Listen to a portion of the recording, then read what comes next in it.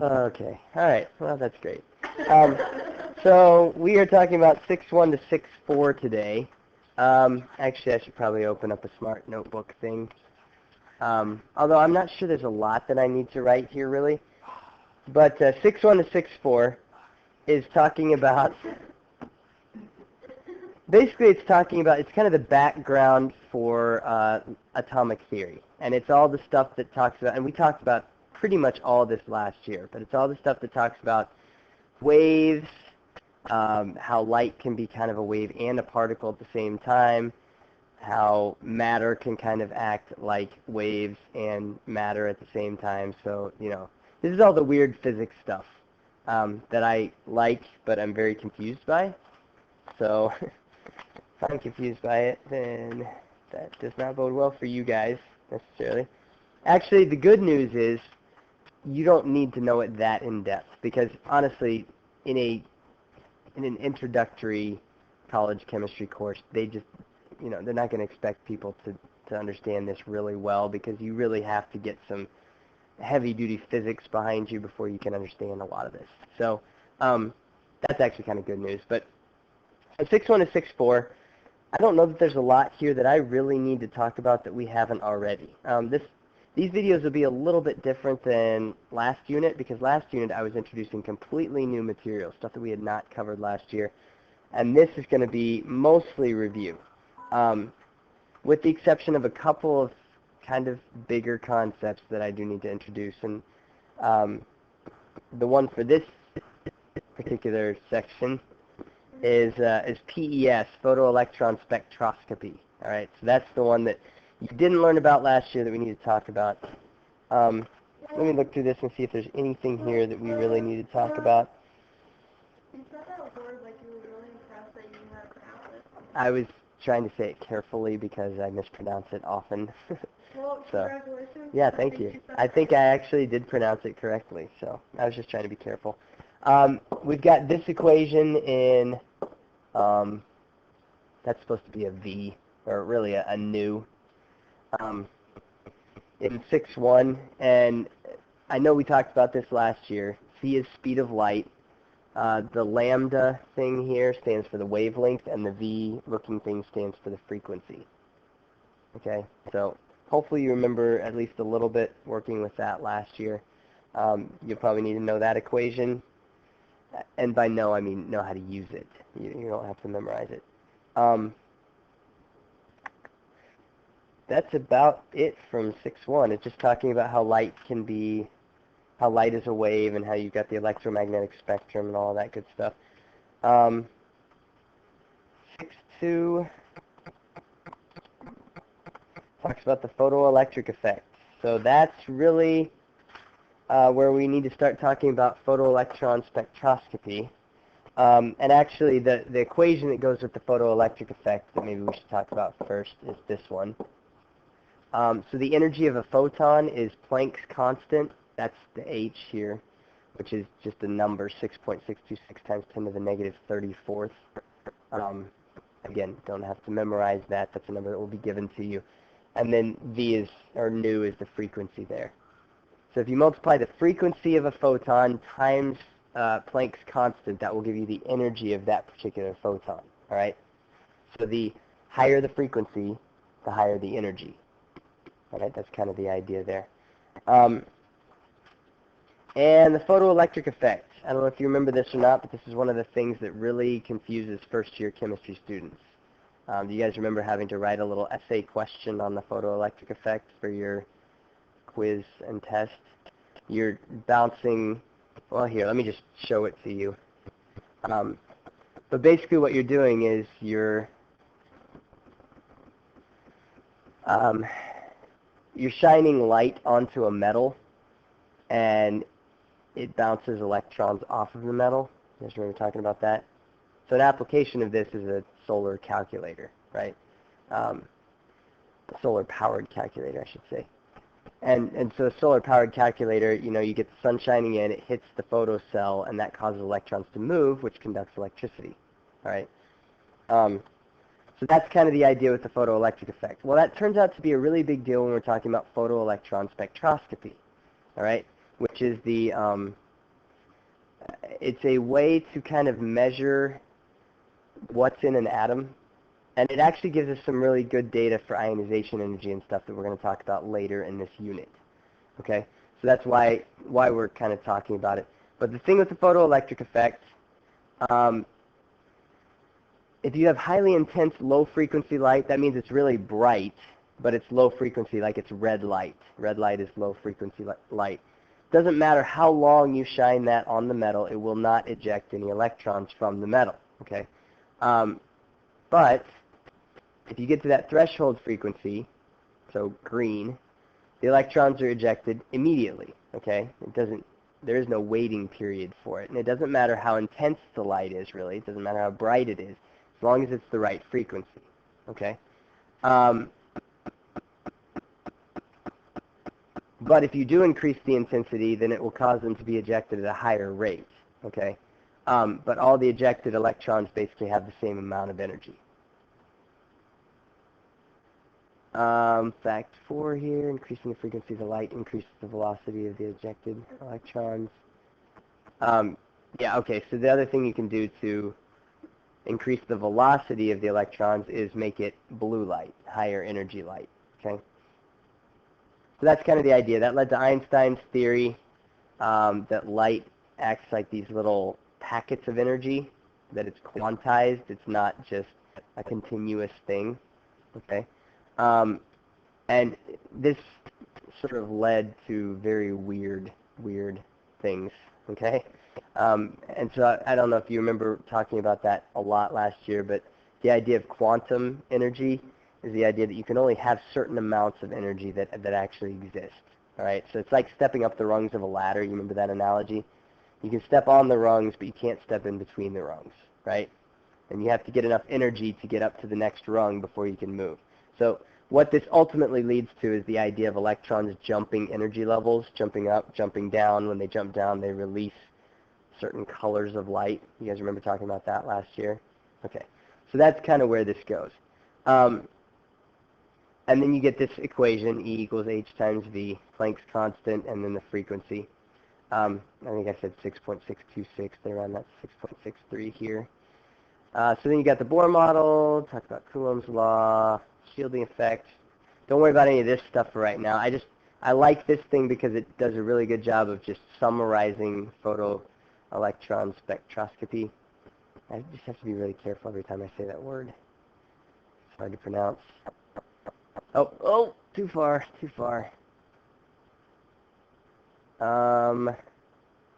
Okay, here we go. So here's the idea with the photoelectron spectroscopy stuff. First one. Yeah. Okay.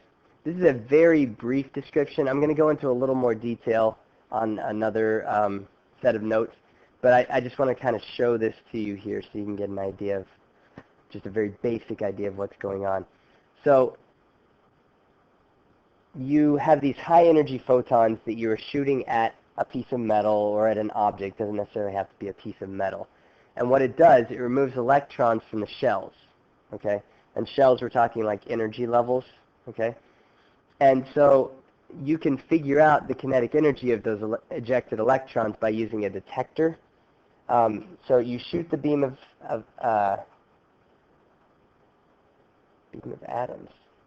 I'm not sure what they're showing with that. You've got the X-ray of the UV light coming from the bottom here, okay?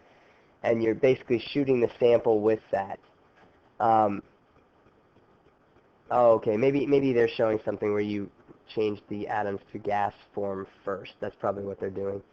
And so you've got this this beam of atoms up here. You've changed the atoms into gas form, and then you're putting them into the detector or into the spectroscopy device, and then you hit it with either X-ray or UV light. Okay, now most of the stuff that I've found talks about X-ray spectroscopy. You can do it with UV light, but it's a little bit higher energy with the X-ray, so you're going to be able to eject those inner electrons a little bit better as well. But basically what happens is you shoot this thing with an X-ray, you shoot the atom with an X-ray, and it knocks electrons out. Okay? And as it does that, those electrons kind of travel along this path here. And then you pass it through a current, that's going to bend the electrons, right? And it's going to bend them differently based on their speed. And so you get these electrons, the ones that are traveling faster are going to end up going to the detector. The ones that are slower, they just kind of go off to the side, okay? Because you want the ones that are moving the fastest. Those are the ones that you really want to analyze. But that's kind of the idea of how it works in a very, very basic sense, okay? And then what you do, once you get up to the analyzer up here, you measure the kinetic energy that those electrons have as they're hitting the detector, all right? And so you know the energy of the photons because that can be calculated by just Planck's constant times the frequency of the light that you're shooting at it, okay? And if you know the kinetic energy of the electrons when they hit the detector, then you can find the difference between those two, and that tells you how much energy it took to strip the electrons off of the atoms. Does that kind of make sense? And what they usually call that is the binding energy, and that's the energy of the attraction of the electrons for the protons, okay? And so you can basically get some measurements because you'll get electrons with certain amounts of kinetic energy coming out of these things. And so you get one with maybe a high kinetic energy. Well, it didn't take much energy to knock that electron off of the atom, so that must have been one that was kind of further up, further away from the nucleus, further away from the protons. Or you get one that has a much lower kinetic energy. Well, that one must correspond to one of the inner electrons because it took a lot of the photon's energy to eject that one, so it didn't have that much kinetic energy left when it came out. Okay? So again, that's kind of the idea here. So the ionization energy or the binding energy equals the energy of the photon minus the kinetic energy of the electron when it comes out. All right? If you don't understand all this now, that's okay. What you have to do with it is really not so bad, and you really don't have to do anything with it until we start talking about ionization energy. But let me show you just one other thing here that I don't know if this will help or not, but this is just kind of, I found this other website, and it was, I thought it was a little bit useful, just because it had some animation. Is there a custodian that can unlock the mechanical room and the restrooms down by the cafeteria for an electrician? We need the mechanical room and the restroom down by the cafeteria unlocked for an electrician. Thank you. Okay, so again, photoelectric effect, the idea here is that you've got this electron, and again, the electrons don't really orbit the nucleus. Okay, we know that that's not true now. Let's see if I can play this again. But basically, you've got this X-ray coming in, and it breaks the connection of the electron and the nucleus, okay? And it ejects that electron out, okay? So then the electron will go out at a fairly high speed, depending on how much energy it took to break that bond, okay? But that's kind of what's happening there.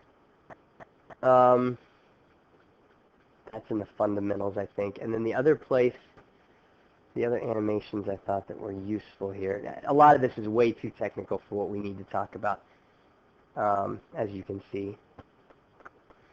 No, that's not it. Was it signal intensity? It was further down here. Oh, there we go. Okay. I think this is it. So, again, the idea here, they're just talking about some of the things that will affect the intensity of the electron coming off, the speed of the electron coming off. And a couple of these things we don't really need to talk about. Whoops, that's not what I meant to do. I know there's a play button on this one. There it is. Okay, so you've got the X-ray coming in. When it hits the sample, obviously you're going to get some of these electrons that just kind of go off to the sides here. But the ones that go into the detector in the middle,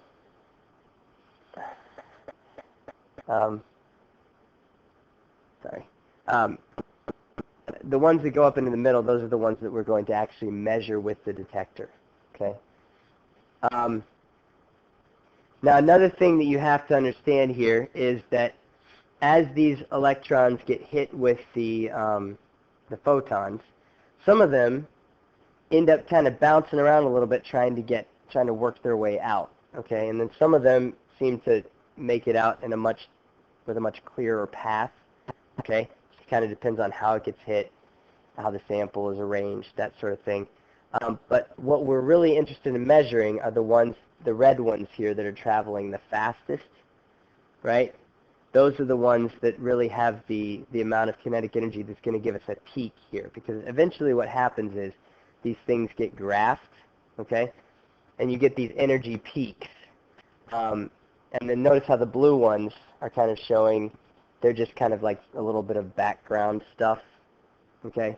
But then the ones you're really interested in are the red ones, the ones that are traveling the fastest. And you'll get these peaks right here, and it'll basically, the size of the peak kind of shows you how many electrons you're getting that are traveling at a particular speed, okay? I think that's all I really need to talk about with photoelectron spectroscopy. Again, the main use for this, the main reason that it is useful is because it shows us in a very clear-cut way that some of our ideas about atomic theory are actually correct. Because, and you'll see this more when we start to actually analyze the data from the PES, because you're going to have to look at PES data and actually be able to analyze it in a couple of sections. Can't remember exactly when we start doing that. But once you look at it, you'll be able to say, oh, okay, so this data really is showing that the second energy level has two sort of sub-levels in it, okay, and that must correspond to the s and the p orbitals.